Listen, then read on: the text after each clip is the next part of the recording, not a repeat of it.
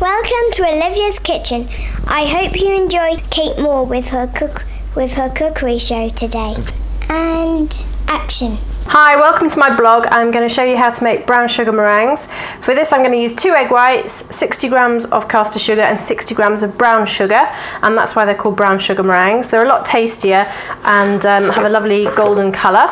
So to split your egg whites, I recommend you do it into a bowl if you're worried about getting shell or egg yolk in. So basically what we do is get 1 egg, give it a good sharp tap, and then we allow the yolk to fall into one half of the egg, tip it into the other, and very gently you will separate the egg white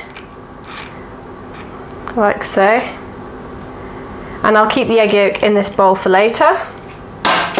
Egg white in the bowl. Show you again, sharp tap, thumbs in, split the egg, and then just tip gently, tipping the egg yolk into the bowl. Can I do that again, please? Hold on.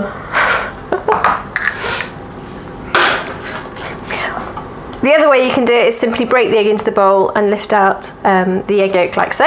And I'm going to use those to make some vanilla ice cream later, which is another recipe for you. So I've got 2 egg whites in the bowl, and I'm going to add my sugar.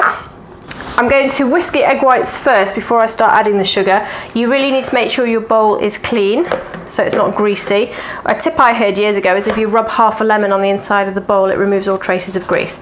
So let's just get some air into this with my whisk. You can do this by hand, it just takes a lot longer. As you whisk the egg whites, they turn white and very light in colour. Just keep whisking.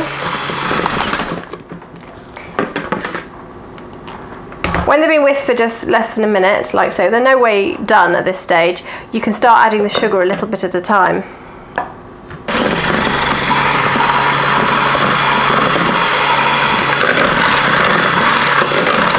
I made these meringues a couple of weeks ago, and they were really nice because everyone said, oh, they're lovely and chewy. A lot of the shop bought meringues can be quite hard and crisp, but it's nice when you get that lovely homemade chewy meringue.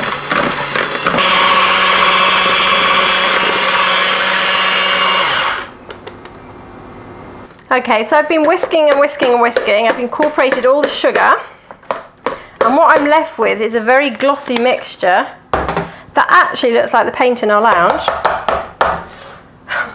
which is a strange comment, but instead of it being that sort of really white as snow colour, because it's got the soft brown sugar in it, it's got a kind of off-white creamy colour, which is very nice, and the flavour will be much better and much richer than it would be if I'd used all castor sugar. You could add a little bit of the vanilla extract that I love so much into this, and it would give the meringues a little bit of flavour.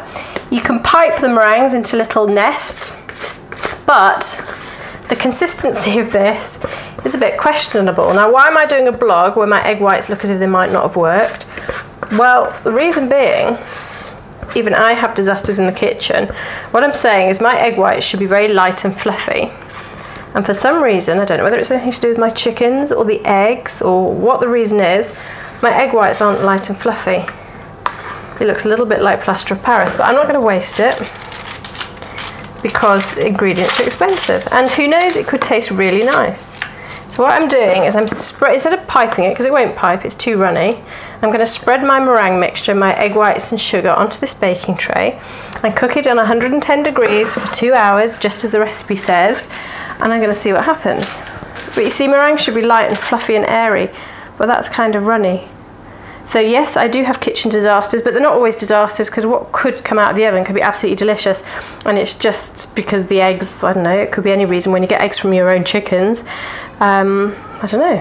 Who knows? I'm going to put it in the oven, and we'll come back to it in 2 hours, and we'll see what's going to happen to my very strange, glossy, shiny, not very aerated meringue.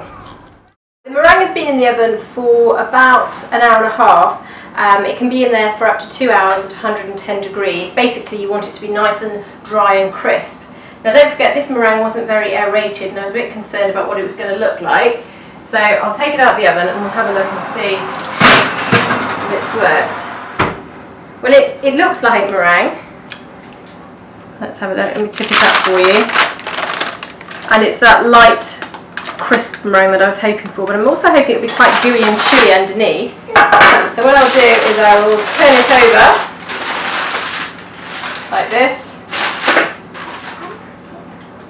and it's lovely. It is soft underneath, which is what I wanted. I didn't want it to be too crisp.